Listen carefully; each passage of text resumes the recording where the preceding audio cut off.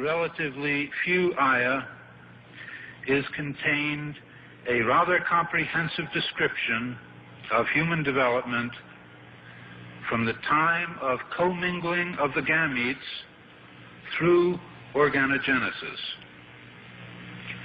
No such distinct and complete record of human development, such as classification, terminology, and description, existed previously. In most, if not all instances, this description antedates by many centuries the recording of the various stages of human embryonic and fetal development recorded in the traditional scientific literature. I find it very interesting that this sort of information is in the ancient scriptures of the Holy Quran, and I have no way of knowing where they would come from, but I think it is extremely interesting that they are there and that this work is going on to discover the meaning of some of the passages. Then you have flatly denied to be just, from a man or a human source.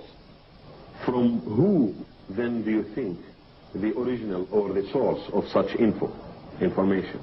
Well, I would think it must be the divine being. In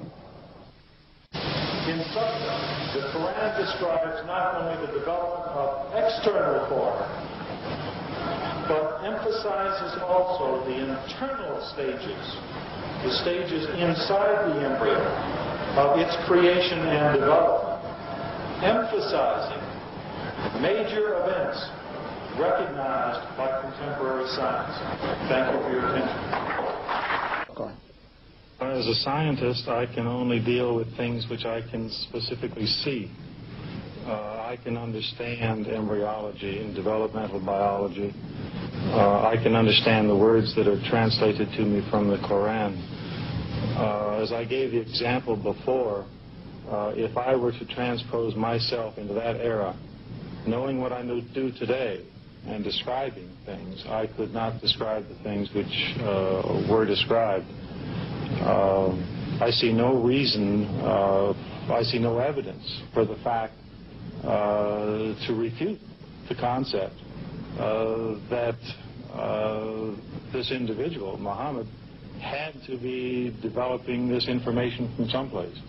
So I see nothing here in conflict with the concept that divine intervention was involved in what he was able to write. Actually, I'm very much impressed by finding true astronomical facts in Quran. And for us, we modern astronomers have been studying very small fields of the universe. We concentrated our efforts for understanding of very small parts, because by using telescope we can see only a very few parts of the sky without thinking whole the universe. So by reading Quran and by answering to your questions, I think I can find my future way for investigation of the universe. Well, thinking of many of these questions and thinking where Muhammad came from, he was after all a Bedouin. I think it is almost impossible that he could have known about things like the common origin of the universe, because scientists have only found out within the last few years. It's very complicated and advanced technological methods. I think if you combine all these, and you combine all these statements that are being made in the Quran in terms that relate to the earth and the formation of the earth and science in general, you can basically say that the statements made there in many ways are true.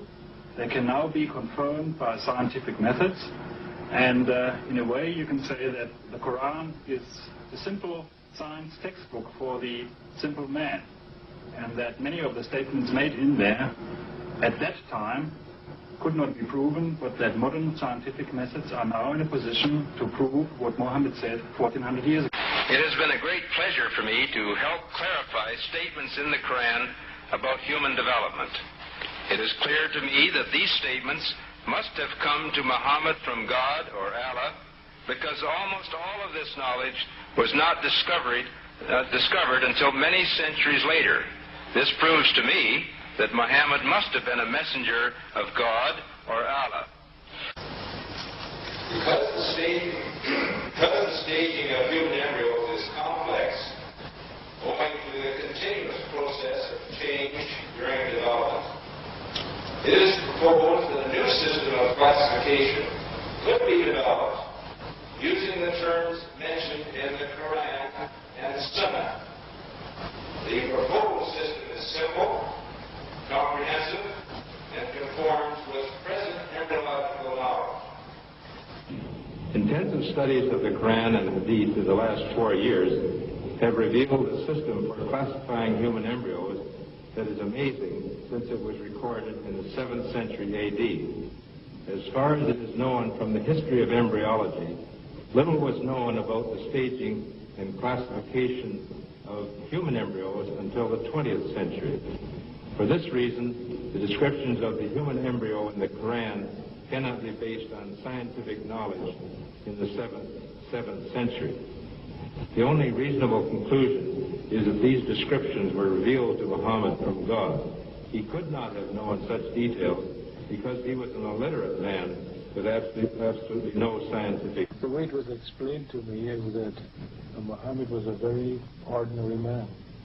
He couldn't have read, didn't know to write. In fact, he was illiterate. And we're talking about 1,200 years ago. You have someone, an illiterate person, making profound pronouncements and statements that are amazingly accurate of a scientific nature. And I personally can't see how this could be a mere chance. There are too many accuracies. And like Dr. Moore, I have no difficulty in my mind reconciling that this is a divine inspiration or revelation which led him to these statements. So that the two hadiths that have been noted furnish us with a specific timetable for the main embryological development before 40 days. Again, the point has been made, I think, repeatedly by the speakers this morning. These hadiths could not have been obtained on the basis of the scientific knowledge that was available at the time of their writing, and hence could support the hadiths reflecting the knowledge of God. Thank you very much. It follows, I think, that not only is there no conflict between genetics and religion, but in fact religion that guides science by adding revelation to some of the traditional scientific approaches. That there exist statements in the Quran shown centuries later to be valid would support knowledge in the Quran having been derived from God. Thank you very much.